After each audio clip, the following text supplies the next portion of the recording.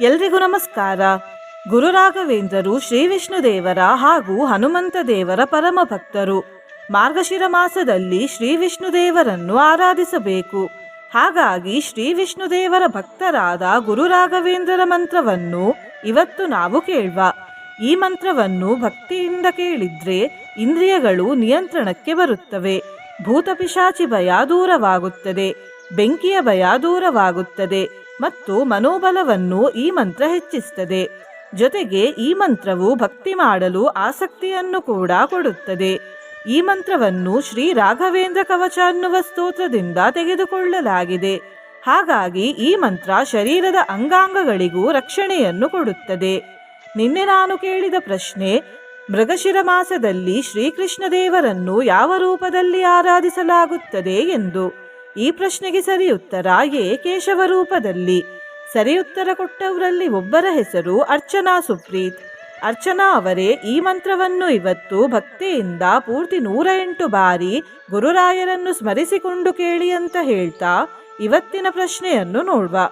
ಇವರಲ್ಲಿ ಯಾರು ಗುರುರಾಯರ ಪರಮ ಭಕ್ತರು? ಎ, ಮಧ್ವಾಚಾರ್ಯರು, ಬಿ, ಅಪ್ಪಣ್ಣಾಚಾರ್ಯರು, ಸಿ, ಶಂಕರಾಚಾರ್ಯರು, ಡಿ, ರಾಮಾನುಜಾಚಾರ್ಯರು. ಈ ಪ್ರಶ್ನೆಗೆ ಸರಿಯುತ್ತರ ಕೊಟ್ಟವರಲ್ಲಿ ಒಬ್ಬರ ಹೆಸರನ್ನು ನಾಳಿನ ವಿಡಿಯೋದಲ್ಲಿ ಹೇಳ್ತೇನೆ. ಬನ್ನಿ ಈಗ ಈ ಶಕ್ತಿಶಾಲಿ ರಾಘವೇಂದ್ರ ಮಂತ್ರವನ್ನು 108 ಬಾರಿ ಭಕ್ತಿಯಿಂದ ಕೇಳುವ. ಅದಕ್ಕಿಂತ ಮುಂಚೆ ಜೈ ಗುರುದೇವ ಅಂತ ಕಮೆಂಟ್ ಮಾಡಿ, ಚಾನಲ್ಗೆ ಹೊಸಬ್ರಾಗಿದ್ರೆ ಚಾನಲನ್ನು ಸಬ್ಸ್ಕ್ರೈಬ್ ಮಾಡಿ, ಹತ್ರ ಇರುವ ಬೆಲ್ ಬಟನ್ ಪ್ರೆಸ್ ಮಾಡಿ, ಆಲ್ ಅನ್ನುವ ಆಪ್ಷನ್ ಅನ್ನು ಸೆಲೆಕ್ಟ್ ಮಾಡಿ. ವಹ್ನಿಸ್ತಮಾಲಿಕೋದ್ಧರ್ತಾ ವನ್ನಿತಾಪಾತ್ ಸದಾವತು, ಸಮಗ್ರ ಟೀಕಾ ವ್ಯಾಖ್ಯಾತಾ ಗುರುರ್ಮೇ ವಿಷಯೇವತು. ವಹ್ನಿಸ್ತಮಾಲಿಕೋದ್ಧರ್ತಾ ವನ್ನಿತಾಪಾತ್ ಸದಾವತು, ಸಮಗ್ರ ಟೀಕಾ ವ್ಯಾಖ್ಯಾತಾ ಗುರುರ್ಮೇ ವಿಷಯೇವತು. ವಹ್ನಿಸ್ತಮಾಲಿಕೋದ್ಧರ್ತಾ ವನ್ನಿತಾಪಾತ್ ಸದಾವತು, ಸಮಗ್ರ ಟೀಕಾ ವ್ಯಾಖ್ಯಾತಾ ಗುರುರ್ಮೇ ವಿಷಯೇವತು. ವಹ್ನಿಸ್ತಮಾಲಿಕೋದ್ಧರ್ತಾ ವನ್ನಿತಾಪಾತ್ ಸದಾವತು, ಸಮಗ್ರ ಟೀಕಾ ವ್ಯಾಖ್ಯಾತಾ ಗುರುರ್ಮೇ ವಿಷಯೇವತು. ವಹ್ನಿಸ್ತಮಾಲಿಕೋದ್ಧರ್ತಾ ವನ್ನಿತಾಪಾತ್ ಸದಾವತು, ಸಮಗ್ರ ಟೀಕಾ ವ್ಯಾಖ್ಯಾತಾ ಗುರುರ್ಮೇ ವಿಷಯೇವತು. ವಹ್ನಿಸ್ತಮಾಲಿಕೋದ್ಧರ್ತಾ ವನ್ನಿತಾಪಾತ್ ಸದಾವತು, ಸಮಗ್ರ ಟೀಕಾ ವ್ಯಾಖ್ಯಾತಾ ಗುರುರ್ಮೇ ವಿಷಯೇವತು. ವಹ್ನಿಸ್ತಮಾಲಿಕೋದ್ಧರ್ತಾ ವನ್ನಿತಾಪಾತ್ ಸದಾವತು, ಸಮಗ್ರ ಟೀಕಾ ವ್ಯಾಖ್ಯಾತಾ ಗುರುರ್ಮೇ ವಿಷಯೇವತು. ವಹ್ನಿಸ್ತಮಾಲಿಕೋದ್ಧರ್ತಾ ವನ್ನಿತಾಪಾತ್ ಸದಾವತು, ಸಮಗ್ರ ಟೀಕಾ ವ್ಯಾಖ್ಯಾತಾ ಗುರುರ್ಮೇ ವಿಷಯೇವತು. ವಹ್ನಿಸ್ತಮಾಲಿಕೋದ್ಧರ್ತಾ ವನ್ನಿತಾಪಾತ್ ಸದಾವತು, ಸಮಗ್ರ ಟೀಕಾ ವ್ಯಾಖ್ಯಾತಾ ಗುರುರ್ಮೇ ವಿಷಯೇವತು. ವಹ್ನಿಸ್ತಮಾಲಿಕೋದ್ಧರ್ತಾ ವನ್ನಿತಾಪಾತ್ ಸದಾವತು, ಸಮಗ್ರ ಟೀಕಾ ವ್ಯಾಖ್ಯಾತಾ ಗುರುರ್ಮೇ ವಿಷಯೇವತು. ವಹ್ನಿಸ್ತಮಾಲಿಕೋದ್ಧರ್ತಾ ವನ್ನಿತಾಪಾತ್ ಸದಾವತು, ಸಮಗ್ರ ಟೀಕಾ ವ್ಯಾಖ್ಯಾತಾ ಗುರುರ್ಮೇ ವಿಷಯೇವತು. ವಹ್ನಿಸ್ತಮಾಲಿಕೋದ್ಧರ್ತಾ ವನ್ನಿತಾಪಾತ್ ಸದಾವತು, ಸಮಗ್ರ ಟೀಕಾ ವ್ಯಾಖ್ಯಾತಾ ಗುರುರ್ಮೇ ವಿಷಯೇವತು. ವಹ್ನಿಸ್ತಮಾಲಿಕೋದ್ಧರ್ತಾ ವನ್ನಿತಾಪಾತ್ ಸದಾವತು, ಸಮಗ್ರ ಟೀಕಾ ವ್ಯಾಖ್ಯಾತಾ ಗುರುರ್ಮೇ ವಿಷಯೇವತು. ವಹ್ನಿಸ್ತಮಾಲಿಕೋದ್ಧರ್ತಾ ವನ್ನಿತಾಪಾತ್ ಸದಾವತು, ಸಮಗ್ರ ಟೀಕಾ ವ್ಯಾಖ್ಯಾತಾ ಗುರುರ್ಮೇ ವಿಷಯೇವತು. ವಹ್ನಿಸ್ತಮಾಲಿಕೋದ್ಧರ್ತಾ ವನ್ನಿತಾಪಾತ್ ಸದಾವತು, ಸಮಗ್ರ ಟೀಕಾ ವ್ಯಾಖ್ಯಾತಾ ಗುರುರ್ಮೇ ವಿಷಯೇವತು. वह्निस्तमालिकोद्धर्ता वह्नितापात् सदावतु समग्रटीका व्याख्याता गुरुर्मे विषयेवतु वह्निस्तमालिकोद्धर्ता वह्नितापात् सदावतु समग्रटीका व्याख्याता गुरुर्मे विषयेवतु वह्निस्तमालिकोद्धर्ता वह्नितापात् सदावतु समग्रटीका व्याख्याता गुरुर्मे विषयेवतु वह्निस्तमालिकोद्धर्ता वह्नितापात् सदावतु समग्रटीका व्याख्याता गुरुर्मे विषयेवतु वह्निस्तमालिकोद्धर्ता वह्नितापात् सदावतु समग्रटीका व्याख्याता गुरुर्मे विषयेवतु वह्निस्तमालिकोद्धर्ता वह्नितापात् सदावतु समग्रटीका व्याख्याता गुरुर्मे विषयेवतु वह्निस्तमालिकोद्धर्ता वह्नितापात् सदावतु समग्रटीका व्याख्याता गुरुर्मे विषयेवतु वह्निस्तमालिकोद्धर्ता वह्नितापात् सदावतु समग्रटीका व्याख्याता गुरुर्मे विषयेवतु वह्निस्तमालिकोद्धर्ता वह्नितापात् सदावतु समग्रटीका व्याख्याता गुरुर्मे विषयेवतु वह्निस्तमालिकोद्धर्ता वह्नितापात् सदावतु समग्रटीका व्याख्याता गुरुर्मे विषयेवतु वह्निस्तमालिकोद्धर्ता वह्नितापात् सदावतु समग्रटीका व्याख्याता गुरुर्मे विषयेवतु वह्निस्तमालिकोद्धर्ता वह्नितापात् सदावतु समग्रटीका व्याख्याता गुरुर्मे विषयेवतु वह्निस्तमालिकोद्धर्ता वह्नितापात् सदावतु समग्रटीका व्याख्याता गुरुर्मे विषयेवतु वह्निस्तमालिकोद्धर्ता वह्नितापात् सदावतु समग्रटीका व्याख्याता गुरुर्मे विषयेवतु वह्निस्तमालिकोद्धर्ता वह्नितापात् सदावतु समग्रटीका व्याख्याता गुरुर्मे विषयेवतु वह्निस्तमालिकोद्धर्ता वह्नितापात् सदावतु समग्रटीका व्याख्याता गुरुर्मे विषयेवतु वह्निस्तमालिकोद्धर्ता वह्नितापात् सदावतु समग्रटीका व्याख्याता गुरुर्मे विषयेवतु वह्निस्तमालिकोद्धर्ता वह्नितापात् सदावतु समग्रटीका व्याख्याता गुरुर्मे विषयेवतु वह्निस्तमालिकोद्धर्ता वह्नितापात् सदावतु समग्रटीका व्याख्याता गुरुर्मे विषयेवतु वह्निस्तमालिकोद्धर्ता वह्नितापात् सदावतु समग्रटीका व्याख्याता गुरुर्मे विषयेवतु वह्निस्तमालिकोद्धर्ता वह्नितापात् सदावतु समग्रटीका व्याख्याता गुरुर्मे विषयेवतु वह्निस्तमालिकोद्धर्ता वह्नितापात् सदावतु समग्रटीका व्याख्याता गुरुर्मे विषयेवतु वह्निस्तमालिकोद्धर्ता वह्नितापात् सदावतु समग्रटीका व्याख्याता गुरुर्मे विषयेवतु वह्निस्तमालिकोद्धर्ता वह्नितापात् सदावतु समग्रटीका व्याख्याता गुरुर्मे विषयेवतु वह्निस्तमालिकोद्धर्ता वह्नितापात् सदावतु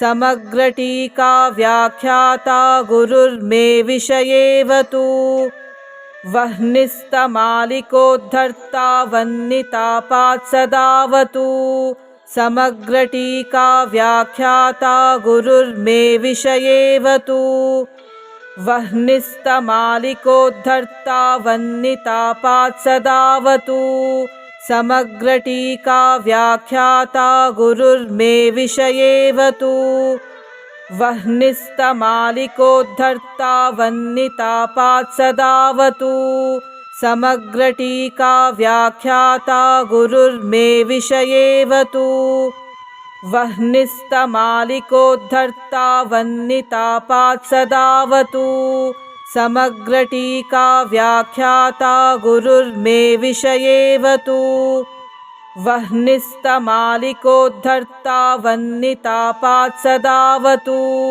समग्रटीका व्याख्याता गुरुर्मे विषयेवतु वह्निस्तमालिकोद्धर्ता वह्नितापात् सदावतु समग्रटीका व्याख्याता गुरुर्मे विषयेवतु वह्निस्तमालिकोद्धर्ता वह्नितापात् सदावतु समग्रटीका व्याख्याता गुरुर्मे विषयेवतु वह्निस्तमालिकोद्धर्ता वह्नितापात् सदावतु समग्रटीका व्याख्याता गुरुर्मे विषयेवतु वह्निस्तमालिकोद्धर्ता वह्नितापात् सदावतु समग्रटीका व्याख्याता गुरुर्मे विषयेवतु वह्निस्तमालिकोद्धर्ता वह्नितापात् सदावतु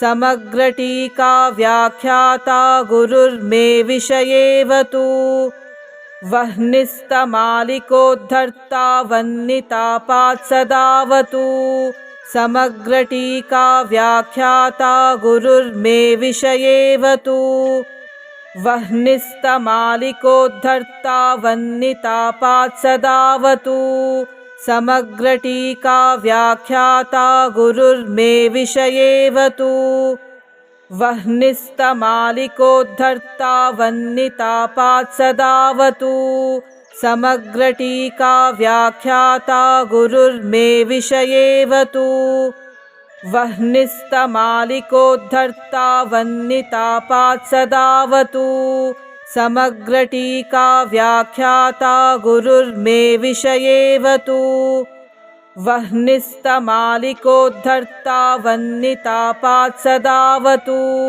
समग्रटीका व्याख्याता गुरुर्मे विषयेवतु वह्निस्तमालिकोद्धर्ता वह्नितापात् सदावतु समग्रटीका व्याख्याता गुरुर्मे विषयेवतु वह्निस्तमालिकोद्धर्ता वह्नितापात् सदावतु समग्रटीका व्याख्याता गुरुर्मे विषयेवतु वह्निस्तमालिकोद्धर्ता वह्नितापात् सदावतु समग्रटीका व्याख्याता गुरुर्मे विषयेवतु वह्निस्तमालिकोद्धर्ता वह्नितापात् सदावतु समग्रटीका व्याख्याता गुरुर्मे विषयेवतु वह्निस्तमालिकोद्धर्ता वह्नितापात् सदावतु समग्रटीका व्याख्याता गुरुर्मे विषयेवतु वह्निस्तमालिकोद्धर्ता वह्नितापात् सदावतु समग्रटीका व्याख्याता गुरुर्मे विषयेवतु वह्निस्तमालिकोद्धर्ता वह्नितापात् सदावतु समग्रटीका व्याख्याता गुरुर्मे विषयेवतु वह्निस्तमालिकोद्धर्ता वह्नितापात् सदावतु समग्रटीका व्याख्याता गुरुर्मे विषयेवतु वह्निस्तमालिकोद्धर्ता वह्नितापात् सदावतु समग्रटीका व्याख्याता गुरुर्मे विषयेवतु वह्निस्तमालिकोद्धर्ता वह्नितापात् सदावतु समग्रटीका व्याख्याता गुरुर्मे विषयेवतु वह्निस्तमालिकोद्धर्ता वह्नितापात् सदावतु समग्रटीका व्याख्याता गुरुर्मे विषयेवतु वह्निस्तमालिकोद्धर्ता वह्नितापात् सदावतु समग्रटीका व्याख्याता गुरुर्मे विषयेवतु वह्निस्तमालिकोद्धर्ता वह्नितापात् सदावतु समग्रटीका व्याख्याता गुरुर्मे विषयेवतु वह्निस्तमालिकोद्धर्ता वह्नितापात् सदावतु समग्रटीका व्याख्याता गुरुर्मे विषयेवतु वह्निस्तमालिकोद्धर्ता वह्नितापात् सदावतु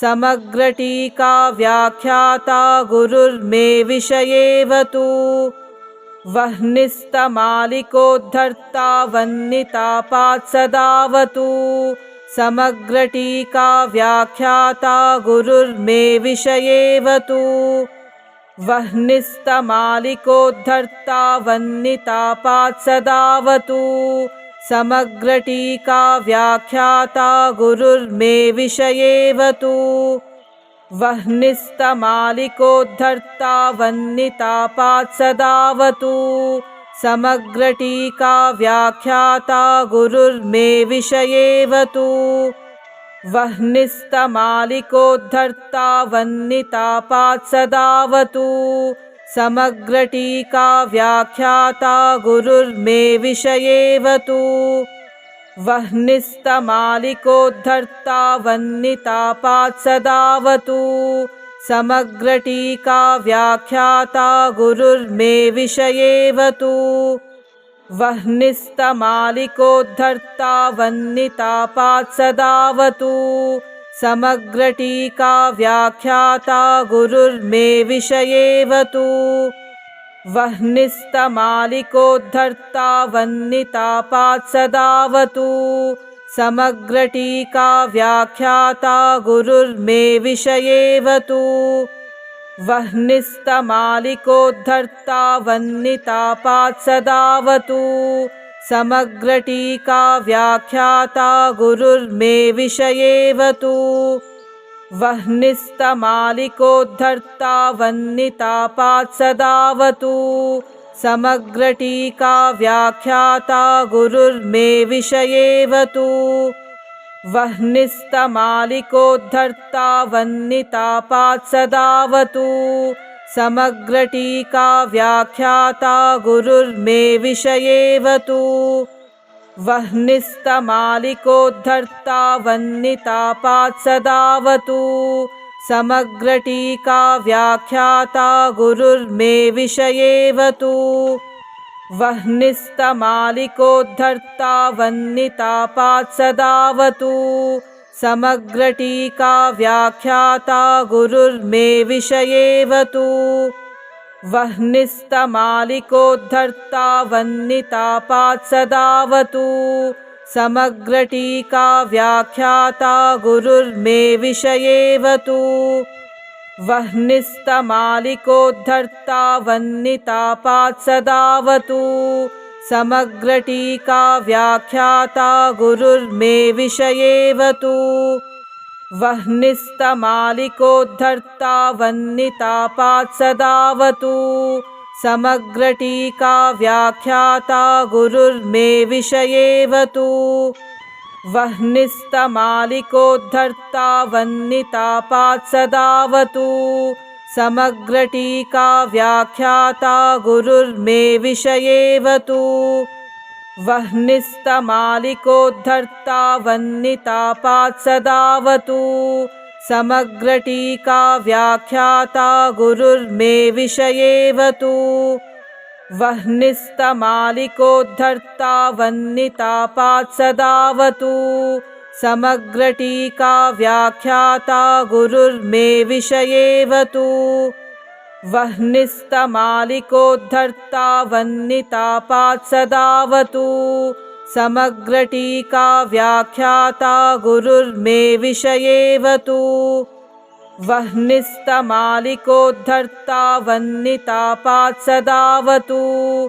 समग्रटीका व्याख्याता गुरुर्मे विषयेवतु। वह्निस्तमालिकोद्धर्ता वह्नितापात् सदावतु।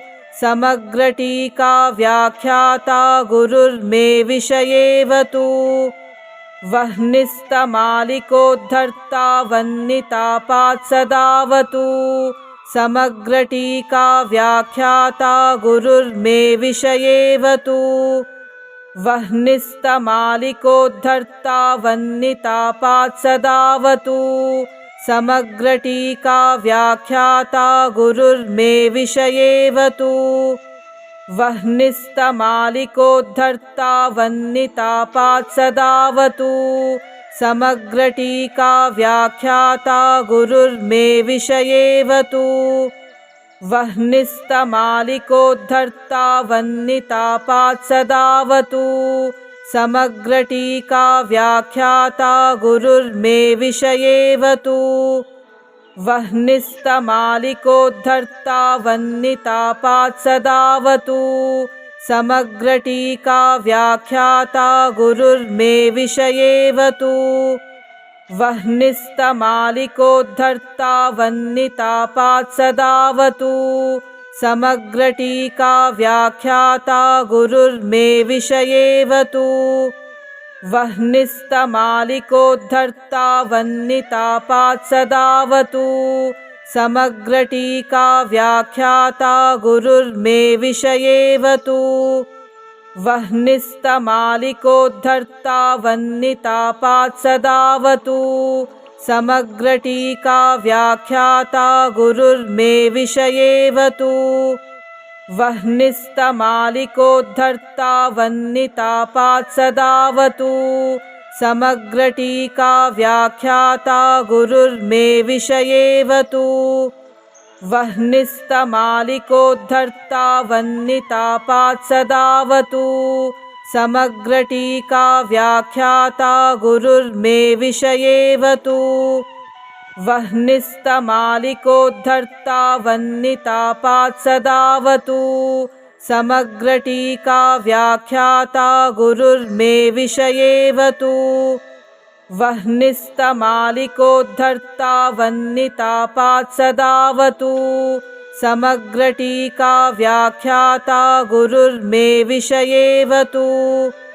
वह्निस्तमालिकोद्धर्ता वह्नितापात् सदावतु। समग्रटीका व्याख्याता गुरुर्मे विषयेवतु। वह्निस्तमालिकोद्धर्ता वह्नितापात् सदावतु। समग्रटीका व्याख्याता गुरुर्मे विषयेवतु। वह्निस्तमालिकोद्धर्ता वह्नितापात् सदावतु। समग्रटीका व्याख्याता गुरुर्मे विषयेवतु। वह्निस्तमालिकोद्धर्ता वह्नितापात् सदावतु। समग्रटीका व्याख्याता गुरुर्मे विषयेवतु। वह्निस्तमालिकोद्धर्ता वह्नितापात् सदावतु। समग्रटीका व्याख्याता गुरुर्मे विषयेवतु।